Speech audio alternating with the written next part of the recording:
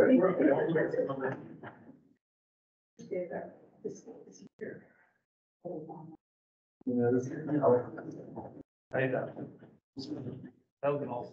get these all our committee meetings. It's, Mr. Fleet, probably will be here.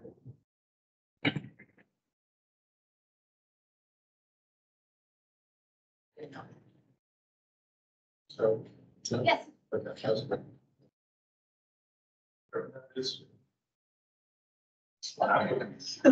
Right.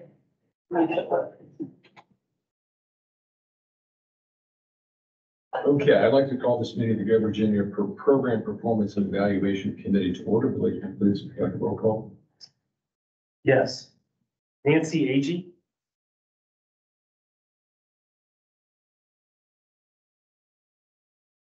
Cliff Fleet.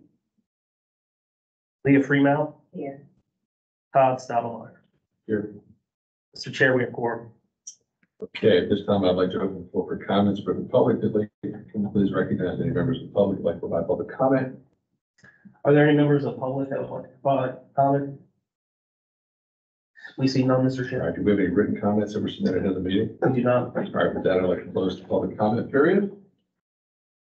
All right, the only item on the consent agenda for today is approval of the January 29th minutes. I will make a motion to approve the minutes. Is there a second? Second. All right, just a second. Any discussion? Seeing none, all in favor? Aye. Any opposed? All right, the minutes are passed. All right. The next item on today's agenda is a discussion of the JLARC recommendations that are before us. For this segment, I'd like to recognize Sarah Dunnigan to provide us with a brief recap of the JLARC recommendations and an overview of the corresponding staff recommendations for action. Okay, fantastic, thank you. The first thing I'd like to do before I start my remarks is just bring everybody back to center about the goals and objectives for this particular committee. Its purpose is described in the revised bylaws, and again, the purpose of this committee is to ensure that projects approved by the Go Virginia Board are meeting board established criteria and are consistent with the program's mission, and to also conduct a semi-annual review of funded projects, assess program performance, and ensuring contract compliance in projects, identifying projects that are scalable. Also, the committee was tasked to review JLARC report recommendations based on the report that was issued in December. Committee, consistent with committee stated purpose, and to advance any recommendations to the state board for consideration. So I'd like to just make sure this is still the will of the body to operate in this manner. So we can go ahead and move to the next. It's still the will of the body. Yeah. Okay, the first recommendation, I'd just like to remind folks, when we discussed this at our January meeting, had to do with the JLARC recommendation to separate this jobs created and jobs filled metric. We proposed that this be completed, and in fact, we have to present to you today some revised metrics for consideration. This is the second recommendation, and again, this really speaks to core outcomes. And there are a number of them defined for the various investment strategies that are presented by Go Virginia. We want to make sure that these measures are defined early enough to avoid mixing different program activities, that they're clearly defined and obviously are appropriate to the various investment strategies.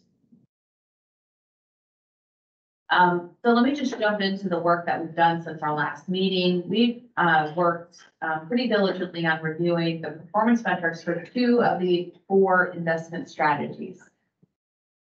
And so on the left, you see our standard list, and on the right, we reference what type of changes that we would propose be made. Again, these can be made administratively, but we would like the board's input, this committee's input, just to make sure that we are accomplishing the goals here.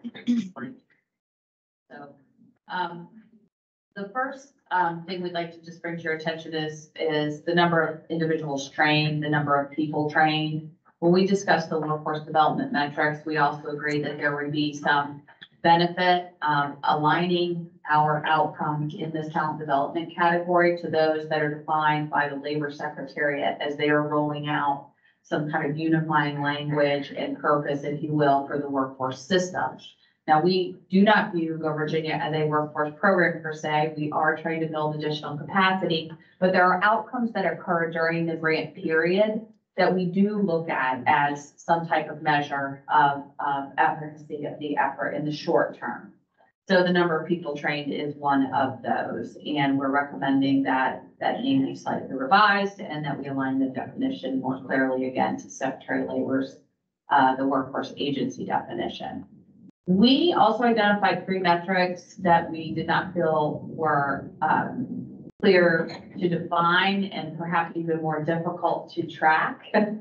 And they're listed there with strike through. So for example, the number of upskilled employees, actually that could also be captured in the number of people trained, right? It really doesn't speak to, are those incumbent workers or those new entrants to an occupation? The number of existing jobs retained. I've worked in economic development for the past 30 years. Job retention is also a very challenging variable to track. And also meet the but-for test, for example, that's consistent with most economic development incentive initiatives, for example. Would those jobs have been retained but for the intervention of this particular effort? And we, again, agree that the number of people trained is an appropriate measure for Go Virginia. Aligned with the goal overall for workforce development projects, which is to increase the total qualified workers for one or more of the traded industry sectors in those G&D plans. Number of job placements. Again, we had this looped into number of jobs created and filled. We do agree that job placements is a more appropriate outcome to associate with the workforce development program. And this is a new metric. We do have workforce projects that have embedded a job placement component, not all. I personally think that those are very strong applications because they typically have very close industry alignment, meaning there are companies on the end of the pipe pulling students through the education and training process. And so we would like those projects to be able to speak to job placement. And again, that is an outcome that the new workforce agency has identified as a priority. Number of businesses served, we'd like to provide some more clarity to make it clear to applicants that a business simply attending a luncheon, for example, is not a service. So we want to make sure we add a bit more description around what it actually means to provide a type of business assistance in this area. New internships is something that the board has traditionally seen as high value as a strategy to develop workforce, apprenticeships as well. And a number of new training programs implemented. We would like to just simply revise this. I think there was some confusion about if a new training program or credential. A credential would be kind of the benefit of a new training program. And so we're recommending that that be refined. Can I ask you a question? Do we need to be more, so it just says number of new training. I'm not sure people, is it tweet point? Continue your thought. Well, just, I mean, number of new training, you just said a minute ago, programs implemented. Because I'm just making a distinction between number of people trained, the number of new training. I think we're missing the 50% word there. Yeah, that's true. Let me just describe what I think we were trying to express here. So Go Virginia has made investments that actually help to establish new training programs, meaning develop curriculum, right? And those programs could be short-term workforce training programs, continuing education, professional development for one of our four-year institutions. So this is actually, we have created a new training program. I made this. Is the second line part of the first line? Yes, yeah, so it's just the Yes, way. it's the We're fine. split, it's the We're split fine. in the screen. We're fine. I Okay. apologize. I thought It caught me off. No, we're good then. You Yeah. have number of new training programs implemented. We're good. I thought it was separate there. Programs implemented. Yeah, it's a squares on the screen. Yep, we're good.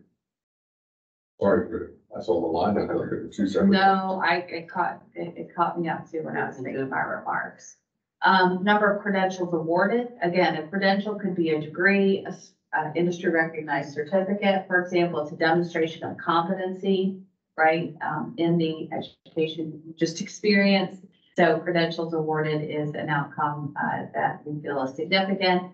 And then the last one really speaks to increasing the number of students that are enrolled in dual enrollment programs. Those are high school students, and Mr. Dyke could probably elaborate on the importance and impact of dual enrollment programs, but it allows high school students to get an early start on their college education if they want to pursue it, and often at a much lower cost. So it accelerates education and also addresses cost. Is there anything else you'd like to add, Jim? No, I think you hit the right point. And the cost issue is also very important because anything that will save them on tuition costs is very useful. And it exposes them to a possible career at an earlier age, and it just helps with the transition. So I'm glad to see that. Good. And so there's actually a college credit that's earned by students who are enrolled in dual enrollment courses, right? And so that credit can transfer. Oftentimes, perhaps always, that dual enrollment partner with the high school is a community college. Yeah. Some of the projects, and we have seen many that have grown capacity to enroll students in dual enrollment courses, have been around teacher credentialing. So teachers in high schools have to be appropriately certified to teach certain content. This has been a challenge, I would say, across Virginia, and certainly in some school divisions, getting appropriately credentialed teachers. So that's kind of how, that type of investment or project would kind of manifest here, I think, at the Go Virginia level. That's one question. Please. When we talk about number of new internships created, are we going to have anything in there that maybe notes how many of those are paid internships? Because I know that's a big issue. In fact, our chairs, vice chairs, just written a big article on that, which I wholeheartedly endorse, on the importance of paid internships. So we may want to note that obviously internships in general are great, but paid internships are even more valuable. So we may want to at least note that as something that we look for. I think it's important because one of the things that, if you read the piece that was published that we found is that you don't pay people, you're going to restrict who can have an internship. Yeah. So the pay part of it's really important. And sometimes the pay part includes housing, things like that associated with that. So everybody has an opportunity to have an internship. Well, in fact, Catherine and I did another piece that we emphasized that helps get more women and minorities to An internship, there's great evidence out there that internships, people will take the intern, they're more likely to stay within the state where the intern and the professor that they intern as well. So, do you have a question? Before we move on, I love the new businesses served in that where, it's one-on-one or actual touch points instead of the big networking. And then, so it's kind of a two-part in that, a lot of the proposals that we funded have had the conferences or the resource fairs, and we'll get away from discounted heads.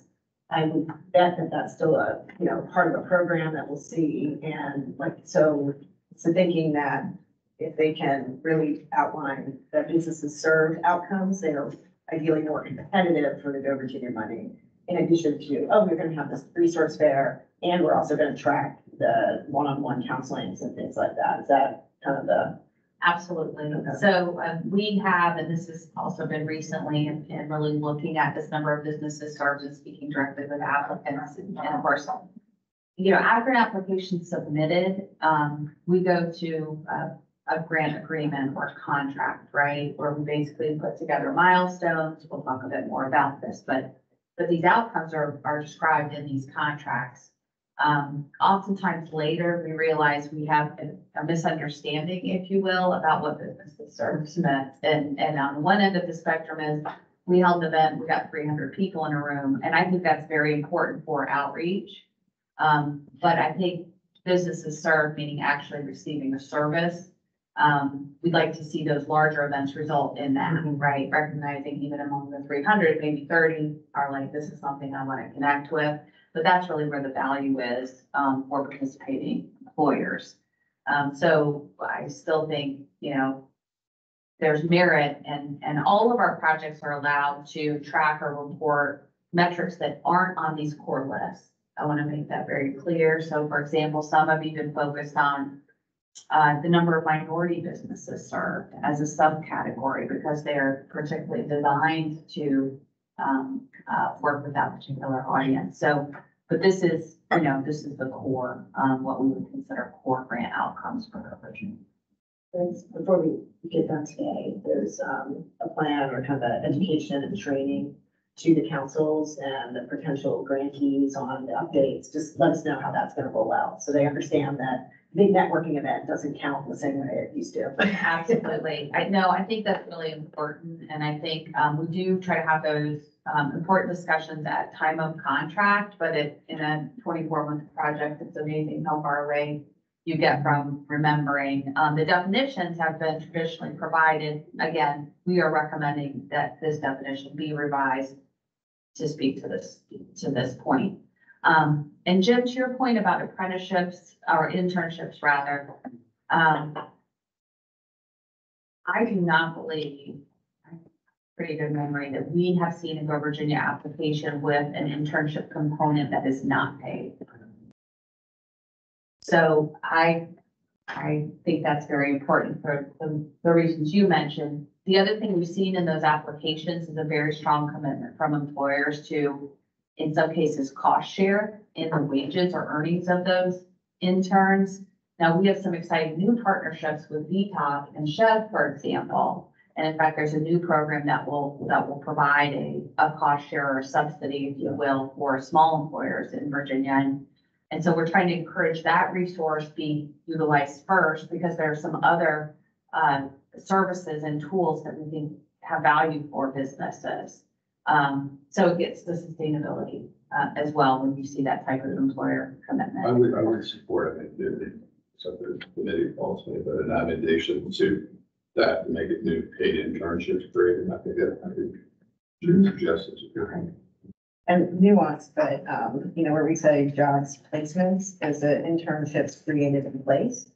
Or is there kind of an assumption that if they're created, there is a person in that role? Because you can create on paper internships, but is it created, or is it more internship placements? Yeah. As the outcome instead of created, just to match the other ones? It's just as you create it doesn't mean it's filled, right? Yeah. Yeah, so let me read that back to you. So maybe what that should actually be is the number of interns placed in internships. Yeah. But it could just be a number of new paid internships, right? Yeah, absolutely. Place. Place, Yeah, but place, yeah. when they're counted, there's actually someone in that role. Yeah. Number of new paid or anything, internships place. Yeah. I do think place, we talk about it pretty, because place is an outcome, created is a potential outcome, Yeah. but not necessarily an outcome. Right. And it just matches the other ones. Yeah, that's good. That's great. And I feel accountability. too. Right. Yep. No, I agree with you there, so, and thank you for all of those comments. We'll incorporate those into, the final provisions of the result. So let's go to the next slide. We'll work through this based on the comments that you just spoke, about here, but certainly number of job placement, businesses served, and the definition we're proposing is the number of unique firms provided with targeted and individualized business assistance. As opposed to a mass event, for example. And the job placements definition, that's consistent with what the new workforce agency is using in their definition. So it's the number of new jobs stemming from successful exits from a workforce program, right? So an individual placed into employment. Number of new internships created, perhaps the definition provides more clarity. That the professional learning experience hosted by an employer that offers meaningful practical work related to a student's field of study or career of interest. Apprenticeship, structured employment training arrangement hosted by a sponsoring employer. It may be registered or unregistered, combination of paid employment related academic on-the-job instruction. I think what I'm hearing, you'd like to see the internship variable definition include the word paid. Yes. Yes. And then number of new training programs implemented, we say created here. So, I think it's clear, but I think we can tighten this up just a little bit. Just comment. Another internship is defined as a paid professional learning experience. Yeah. It's simple. Yeah. Number of credentials awarded, which is self-explanatory, and number of students enrolled. We're not proposing any changes there. one slight edit to the number of business served. Could that read and or individualized business assistance? Because a business enrolling in a cohort model, Yes. maybe, that is targeted assistance, but not individualized, and I don't want someone to get caught on that. So and or, but as long as they're, accelerator and or one-on-one counseling.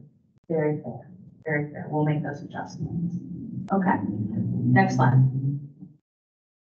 This is site development. We chose this one as the second one to present because it's so straightforward and simple and we can kind of stay on cadence, if you will, with getting these revised.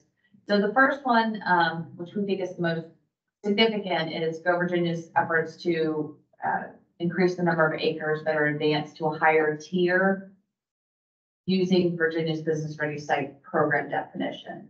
Again, if you think about an overarching goal for site investments in Go Virginia, it has been traditionally to increase the number of business-ready sites and to increase the business readiness of sites, perhaps more broadly.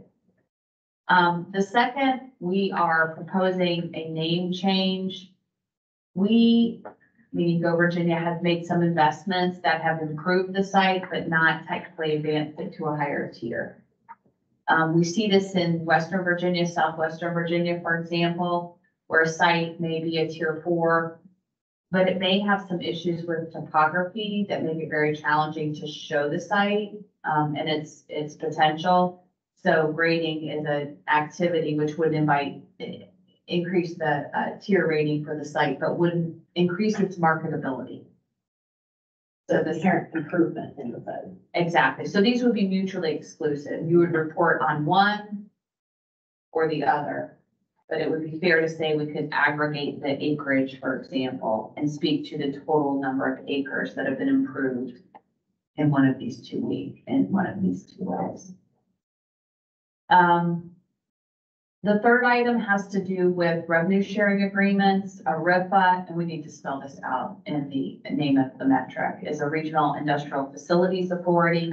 It is a legal structure that allows cost and revenue sharing amongst localities that are jointly investing in sites. And Go Virginia has in fact inspired a number of these, and they're really becoming kind of an exciting new tool, particularly for rural areas, but even in urban areas. And we get asked, quite frankly, a couple of times a year by the EDP and JLARC about the list or Go Virginia's impact on the number of these regional industrial facility authorities that exist. We're proposing the next two outcomes be deleted. One of them is the number of prospects, active company visits to the site, and the other one is number of businesses attracted. That is certainly reported. And in fact, we just saw a really exciting report out of Region 8. I can share the numbers because I just talked to Jay about it. So Go Virginia made an $821,000 investment in a suite of sites. And based on companies that have already located on those sites after those investments has resulted in $335 million worth of private investment. Pretty good ROI.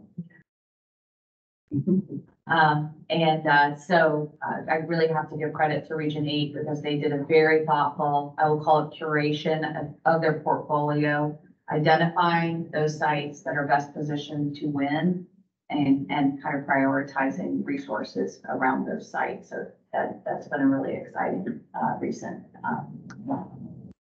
And thank you to the Region 8 Council for sharing that information also in the newsletter so that got some visibility with Virginia Business Next. And the last has to do with really infrastructure. Go Virginia can not just improve the site physical characteristics, for example, but can also be used to enhance the utility infrastructure on site. Go Virginia has funded sewer extensions, water, of course, which is critical.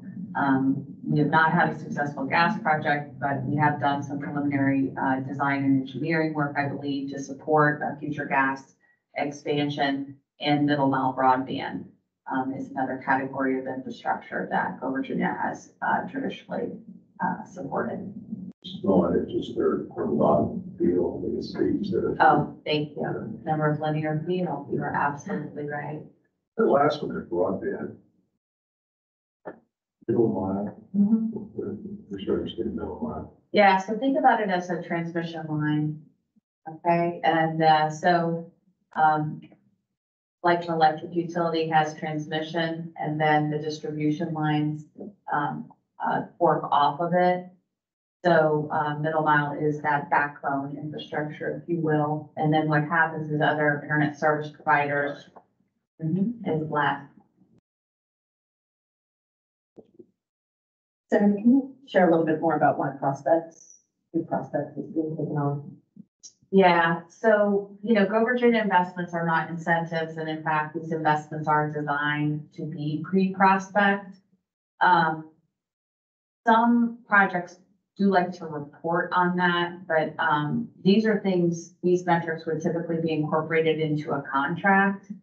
And while each applicant in a site development scenario needs to have a marketing strategy and an organization that's responsible for that, we've just had some discussions with applicants that that's not particularly productive. Number of businesses attracted, it's very difficult to determine depending on the stage of site development. As long as there's an active, like, marketing initiative, right, then the prospect, that's why I was like, we don't want them to not sell it. No. If I was, receiving funds and they were, an investor, for example, was helping in this area, that's something I would like to report on, just as a demonstration of kind of my marketing ability and intensity and effort around a particular site. But, marketing is one thing. Of course, you have to wait, on the company, their interest in the site. But as the Shenandoah Valley Region 8 project demonstrates, if you can identify the sites that are both marketable and desirable to the firms in your targeted industries, those things come, and they have great regional economic development organizations. Very effective. Okay. Next slide. These are simply definitions, and I've kind of described the nuances. We do provide a link, for example, so folks can understand the tier. Under the Business Ready Sites program, most all of the sites in our project portfolio have been previously characterized. I will say in the site definition category or site development category, we are seeing some regions that want to kind of go out in the field and reevaluate their inventory of sites and see if there are new sites they may want to consider to begin the process, right, of establishing some type of control, and that can be through an option or just even developing a marketing agreement with the private property owner, but site that could be positioned in the future. So those would be planning grants. So these outcomes would not apply. There would be a product that would be a site analysis. For example, Southwest Virginia is pursuing one of those right now, and so is region. Okay. Just real briefly, this is the process for our outcome definition and tracking process. I'm going to talk to you about 5 and 6 just briefly. There's no action to take here. But again, one of the comments in the JLARC report, of course, spoke to validity of the data verification. Next slide, please. So for members of the committee, quarterly reporting is required to monitor progress and capture what I would call interim project activities and results, right? So in the contracts, there's milestones. These are the activities we're going to do. And then also an opportunity to capture any results that occurred during that quarter. Those are reviewed and submitted by the regional council staff, which are then reviewed by our staff, and we approve those in our grant management system. That's way in the weeds, but there are a couple eyes on these reports before they actually make it to, I would say, a public forum, and I'll explain what those are. We have a performance closeout report that is more detailed. It includes a narrative, opportunity for the applicant to provide a narrative description of the project, how it made an impact, how it advanced their strategies, how it's going to be sustained, is either one of those questions. So that is a document that we capture, and really it's just one more opportunity to speak to the final outcomes of the report. Next slide. That question's asked all. Just in real. Yes. Yeah, we asked it at the end, again, how it's gonna be sustained. So it includes a performance narrative and what I would call a certification. It's not an attestation taught in the legal frame, but it's suggested. And that's signed by a regional council representative, typically the chair, and it basically says, I attest that these are the outcomes that were achieved by this project. We also have a separate reporting sheet. We do a fiscal closeout completely separate. And if there's any products that were produced, we get those products in the optional attachments about the results. For planning projects, and those are really plans, pilots, proof of concept, feasibility studies. This is usually what we recommend is a pre-project to a full implementation project. And in that case, the performance closeout is certainly simpler. We have enough data at this point on a closeout of projects to start to see patterns about why certain projects succeed more than others. I think we do, and I'd like to really call out Billy Gamble and the rest of the team, but we have been developing some new capabilities. We've spent probably the past 18 months getting our grant management system to a position where we can query by investment strategy, for example. And then we've also built a series of reports so we can look at committed versus achieved outcomes. And we've also been working with an in-house Tableau developer to start to think about outputs and dashboards. Data visualization around outcomes. Exactly. So for example, we could look at projects in site development. Do they tend to perform better or worse? And then we could look at some of the narrative descriptions to see if we can tease out any kind of critical success factors. Is this also through CCAM? Like your grant management CCAMs, and then you're doing stuff in Tableau? It is, yeah. So basically everything's plugging into the CAM system, right? All of our data is really contained in CAMs. All of our fiscal transactions are contained there. We process requests for reimbursement as grant funds are drawn down, which is on a reimbursement basis. And then we also manage the progress. But I would like to recognize as well our regional council staff, because the support organizations are really frontline on post-award grant management. They have the relationships with what we call sub-grantees or the project implementers at the regional level. Next slide. And then there was another recommendation, which I just like to leave here for future discussion, and this was related to assessing the long-term impact of individual projects and the program as a whole.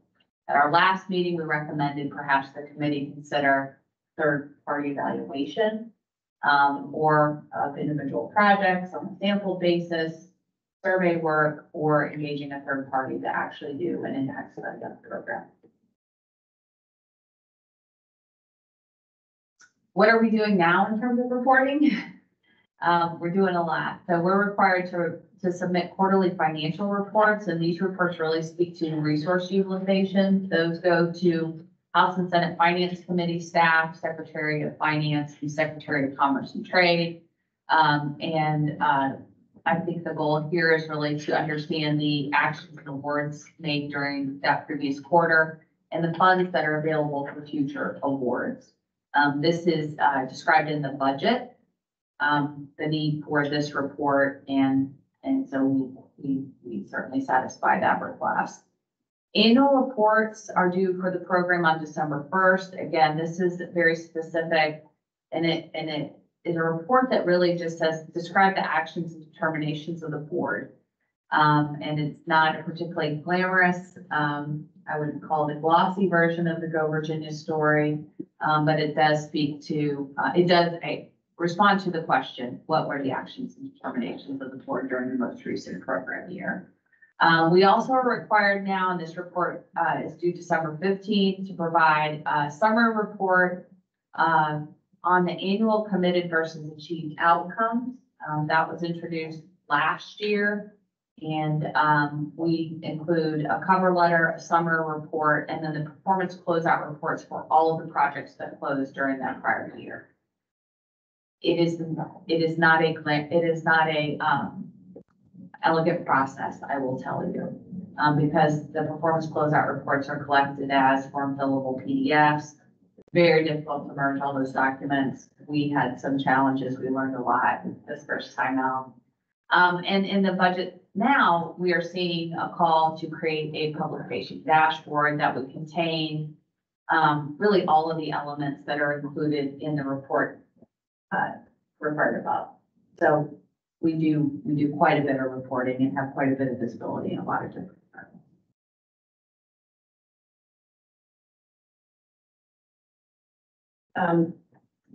You mentioned the third party, in one of those recommendations, and I think we talked about the policy that, you know, allows Virginia to pay for some of this out of the resources.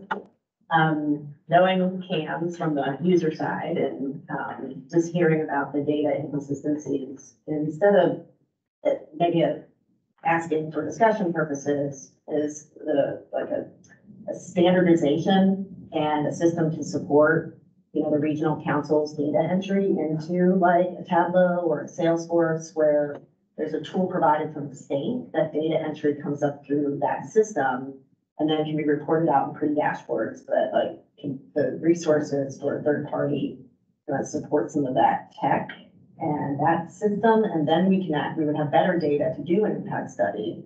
And I understand it's lots of different spreadsheets and each council does it their own way, within the systems that they have, but some efficiencies there. And accuracy that can be improved with just standardizing the tool that we're using to report data back up to the city. Right.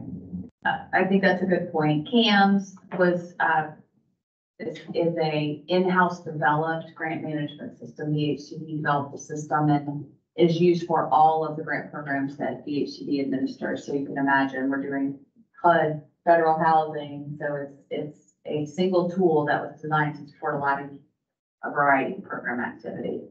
But it does allow a certain amount of customization at the program level. And I feel like we've taken it pretty far over the past 12 to 18 months in that regard. DHCD is contemplating kind of a CAMS 2.0. We can bring more information back.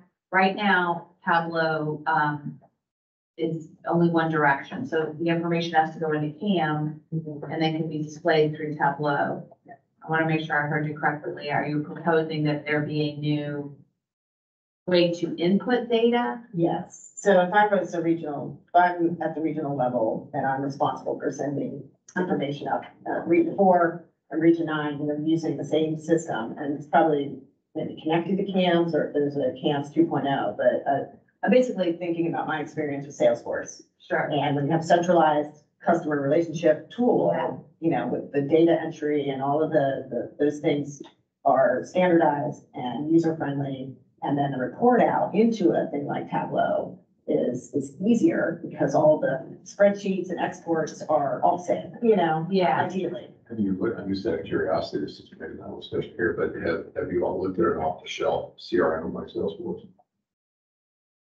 We have not. But we are familiar with Salesforce and we have had some discussions about being able to integrate some of those features into the CAMP system. I could just add one thing. So I think, Leah, there might be some ways to improve the process by working with the regional council staff. Because at the sub-grantee level, they're getting informed by the regional council support org staff. Yeah. And then all that data is inputted into the same CAM system. So all the data points are in CAMs. And it's all kind of standardized. But what you're getting from support org staff may be a little bit different than what you see in CAMs because you don't have access to CAMs.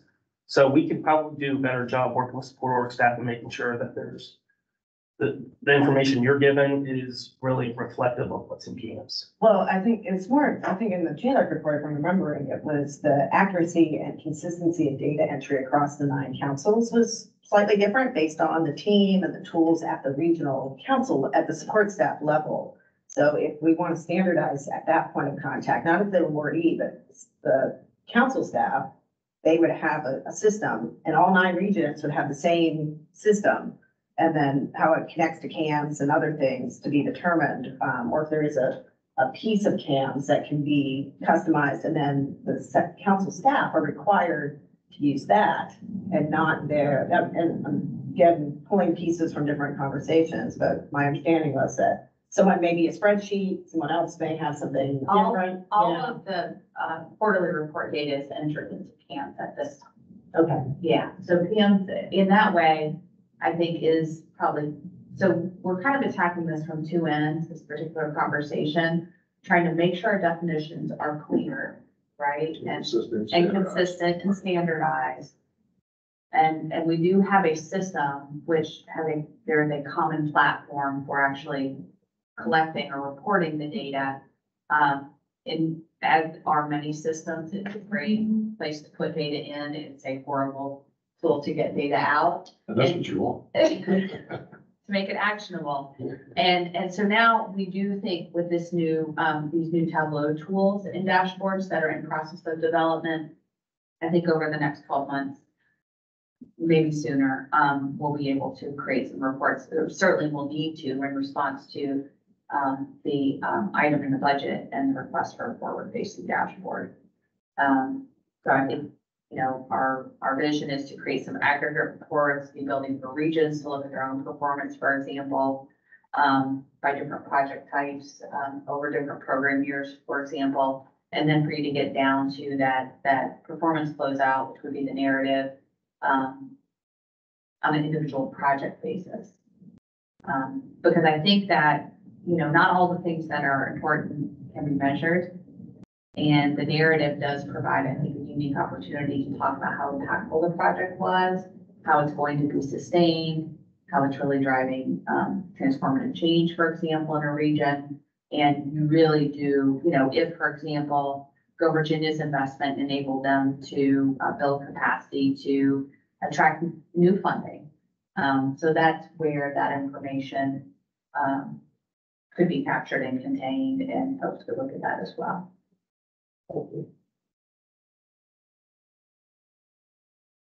But Leah, I don't want to drop your point. Each region does use a slightly different way to report to their own regional council.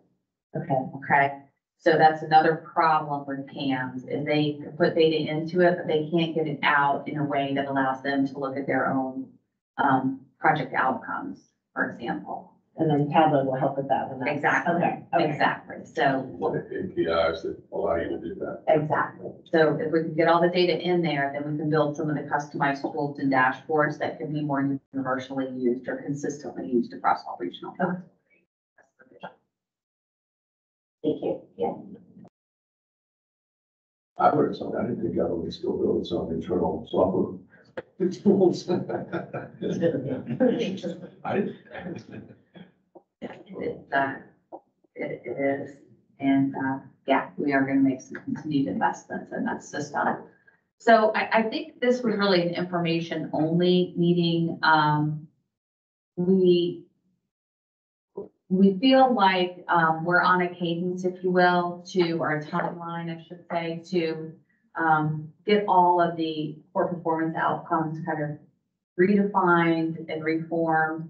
I recommend that we make all of those effective on July 1 of this upcoming program year. Okay, so that'll give us between now and then, and this committee to meet one more time to look at the other two investment strategies before we kind of go live. And also an opportunity for us to socialize it with our regional partners to make sure we are in fact being as clear as we want to be, and make sure there's, again, that technical assistance on the upfront. I think it's being real positive. We will have to make some system changes because PAMS, our grant management system, has discrete data fields for these quantifiable outcomes. As we change the names of those, you know, look at Billy's on her. I mean, you guys are more than, it's funky from that. We'll have to, we're gonna get all of that done, but we will have some other documents, that are associated with this. For example, the outcomes are included as part of the application now. Okay. So that's on submission, at contract, at closeout, so we've got consistency. And then we'll just have to talk about what that impact is if we're doing, time series data reporting, for example. There will be a more. So we just have to recognize that we're gonna have some break in our series, as we make some of these changes, not all, obviously eliminating metrics is the hardest. changing definition. Does this Kansas, just out of curiosity, sit down in the cloud or is it in a state, on-prem, It's on a server. that's what I thought. It's on a server. Yeah. I mean, seriously, I mean, it's not the purview of the committee, but it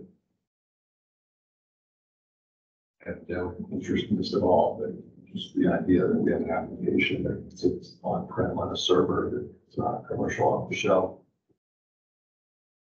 There's still. Yeah, but they're far as you are. I think we're one of the few, state agencies that has a electronic version of submitting applications and tracking Yeah. milestones and quarterly reports and. And that's all good, just that the application, it sounds pretty clunky from what I'm hearing. Camps. Yeah, camps. Yeah, it's, but it's, Application. yeah, we have to change them what we're doing is moving forward. We're, starting fresh in the new program year, so we can kind of get rid of the old applications, start fresh. And this will be a good time for that. Yeah. Is that like a Microsoft Access platform or is it a? No, it's a customized, grant management program. It's probably COBOL based or something. It's not COBOL. I did ask what language. COBOL program. We're thinking C# or something like that, so it is, no. That's a So- huge lift to do, even this customization, it's definitely painful, so thank you for doing that. Yeah, so at our next meeting, we'd like to introduce the other two investment strategy areas, any changes, proposed changes, and that will give us time again to socialize these and incorporate them into all the other processes. So you anticipate in the June meeting, what recommended changes at the June meeting recommendation? I think we'll be ready at the June meeting to present all the revised metrics and have those ready and in place for the start of the program. Okay. And then we can pick up this topic of ongoing long-term evaluation, which I think is an interesting question. And just considering where we are right now in our reporting, we might want to have some discussions with some folks that are familiar how to do program impact studies, for example. And we've got some great partners here in Virginia who have a lot of experience with that. And what type of insight, what is the research question, if you will, this body would like to pose in exploring the type of studies or evaluating. Is it working? That's the question, right? Right. And Todd will take your advice because I think that question is interesting to look at different project types. Are we having more success with one versus another? And if we're having less success with one versus another, to sit down and really understand why there may be some things that we can do from a process perspective to get things a little closer to target to improve the likelihood of their success. That's great. You really Great establish question. patterns. We Patterns do. of success, patterns of lack of success. Yeah, Absolutely. what if we want to do those patterns? So.